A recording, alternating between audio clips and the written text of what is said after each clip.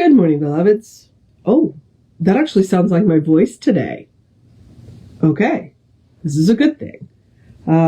If you're tuning in for the first time, I've been sick for 2 weeks. I gave up on Friday and went to the ER, and the very nice doctor in the ER said, "You have pneumonia," and I went, "What?"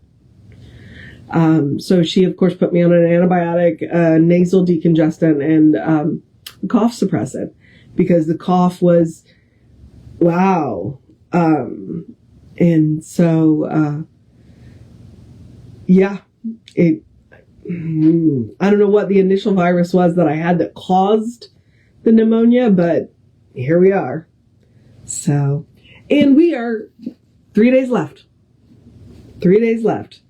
This is today, tomorrow, and Monday, or tomorrow is Monday, Tuesday, and then we are done with this book. And I will be moving on into Ernest Holmes material, and it will look different. So, I don't know what it's going to look like, but it will look different. So, all right. It is April 28th. Our title is Supplication versus Acknowledgement. Our author is Harriet Hale Ricks. This is Christian Mind Healing from 1914. In giving a false estimate of being, people have established in their consciousness an untrue relationship between themselves and God. Thus, they think of themselves as a worm in the dust, imperfect and mortal, one who must approach God in a begging, pleading attitude. Such a foundation can never uphold the science of right thinking. It reminds us of one who foolishly pulls down all of the curtains of a room and then longs for the light and warmth of the sun. If your prayers have not been answered, if they have not brought you the highest result, do not stop praying, but learn to pray correctly. There is a right and wrong way of doing everything, and this is true of prayer. It is Philip Brooks who reminds us that prayer is not the beseeching of a reluctant God, but the opening of ourselves to God's willingness. And James says, the effective, fervent prayer of a righteous person availeth much. James 5:16. Which statement cannot be understood to mean a virtuous moral man which statement cannot be understood to mean a virtuous moral person in any limited sense, since such often confess great failure and cannot even heal a headache with prayer, but it must mean a right thinking person or one of scientific spiritual understanding. God may be looked upon as our great banker in the bank of life, love and truth, health and prosperity. As we would not approach the cashier of an ordinary bank with a cry and a supplication for money, provided we held the credentials, but with confidence and dignity would present our authority for a demand on the bank, so in this spirit, let us approach our great good, ready to prove our childship by right thinking. Our demand will thus be honored.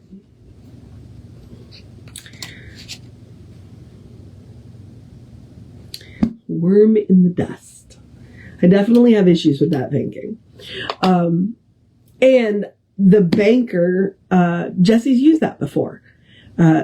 Jesse is a big believer in getting to know the bank manager, which is the source of your own being, which means regular trips to the source of your own being. What we mean by that is regular daily spiritual practice. Be that prayer, be that meditation, be that whatever, it doesn't matter. The point is you do it every day. And every day you get, a little bit more, you get to know the bank manager gets to know you. And then you, as she said, you approach the bank manager because you already have the credentials. The credentials are that you are a beloved expression of the divine. You already have the credentials. And I like that she uses that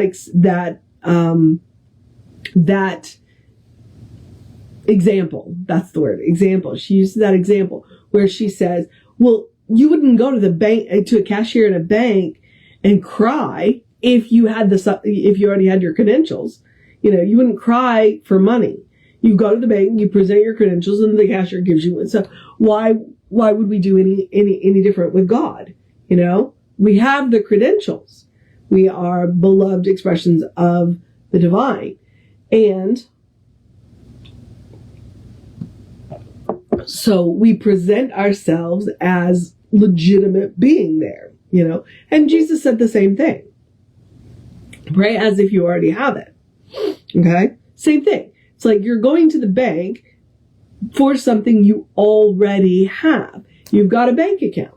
That's why Jesse also will talk about, regular spiritual practice. You're making lots of deposits in the bank. You're getting to know the bank manager, the bank owner, but you're also making regular deposits into the bank so that when you go to the bank, everybody in the bank knows who you are. You're in there a lot, so then they're willing to give you everything that you ask for because they know who you are. And you come in the right attitude. Now, the other thing, and this just goes back to the history of New Thought, in Ernest Holmes in particular, Science of Mind in particular, is that Ernest looked at Jesus and looked at the way Jesus prayed and said, there's something there. There's something there. And that's what New Thought did. New Thought is not new. New Thought is actually old thought, but we're looking at it anew. Okay. So Ernest and several of these other, because Harriet, Hale Ricks probably came out of Christian Science based on the title of her book.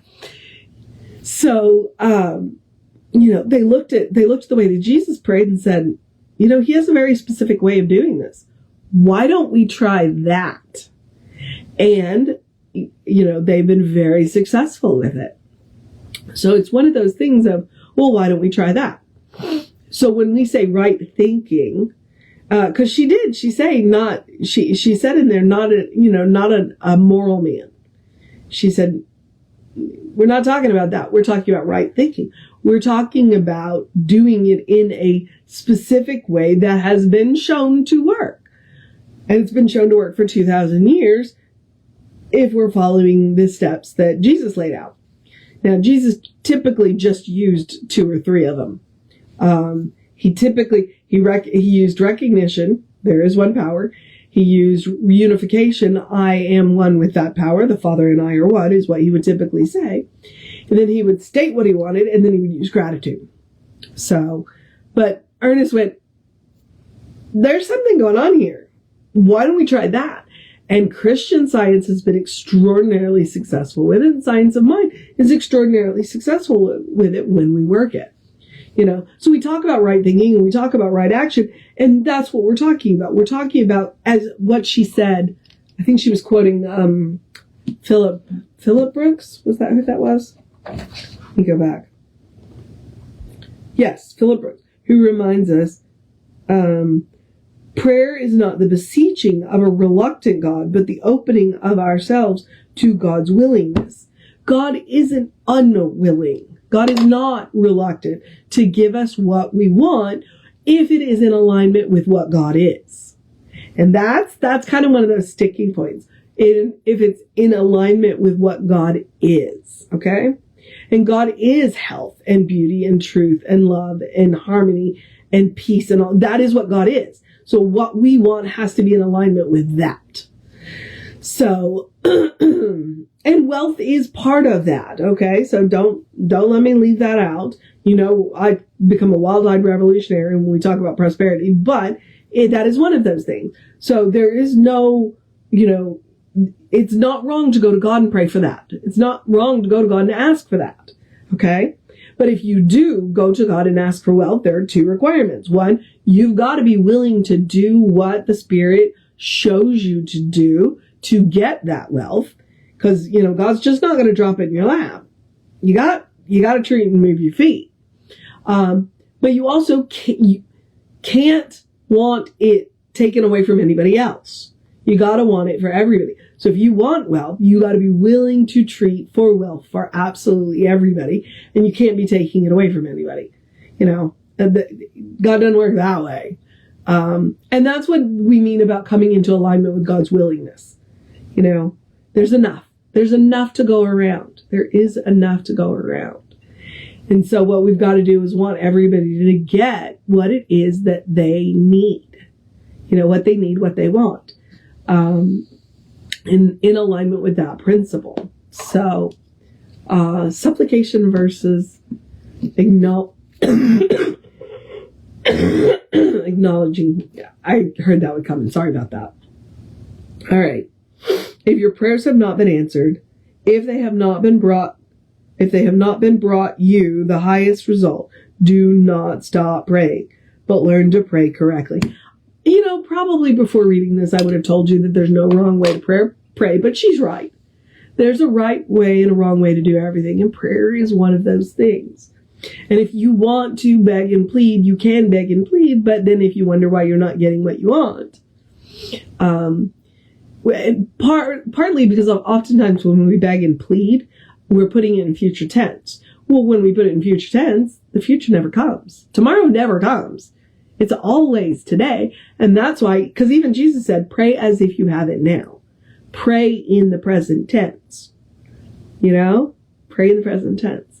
So this is an absolutely fantastic and fine reading. I love it. I absolutely love it.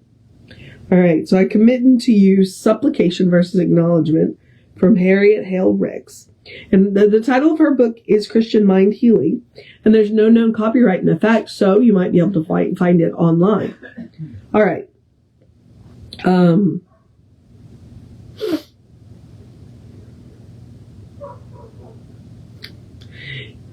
The mission today, should we choose to accept it? I was caught by that last line. It reminds us of one who foolishly pulls down all the curtains of a room and then longs for the light and warmth of the sun. The mission today, should we choose to accept it, is to open the curtains. Open the curtains. Go directly to God. Acknowledge that you are a beloved expression of the divine and that you have every right to be there and to ask for what it is that you are asking for. Just make sure what you're asking for is in alignment with the principle and the qualities of God, and make regular trips to get to know the source of your own being. Go meet that bank manager every day somehow.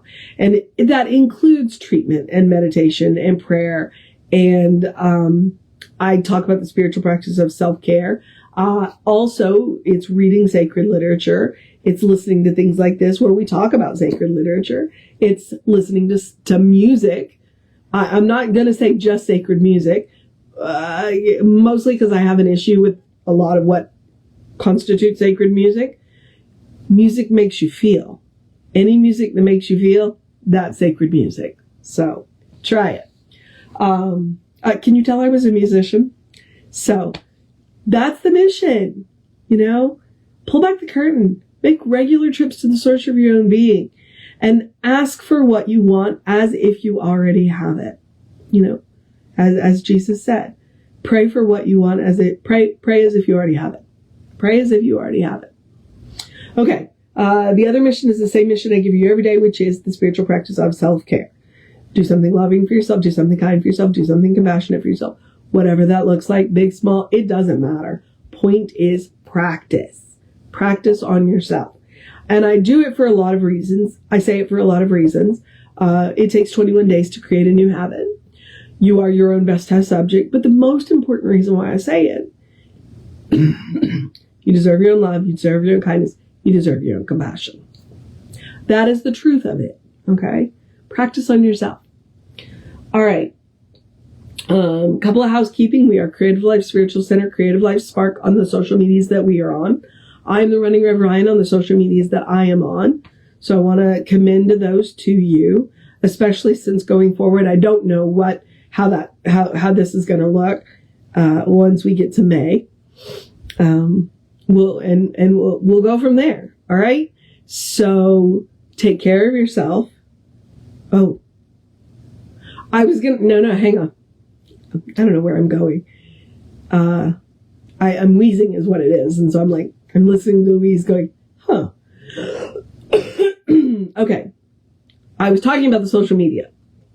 One of the easiest and cheapest ways that you can support the center is by engaging with our social media. So I'm going to encourage you to go like, follow, subscribe, share, comment on our social media posts, because that bumps us in the algorithm. We think we have good stuff to share, and all it costs you is a click. So please do that. If you want to know what's going on with the center, please email info@creativelife.org.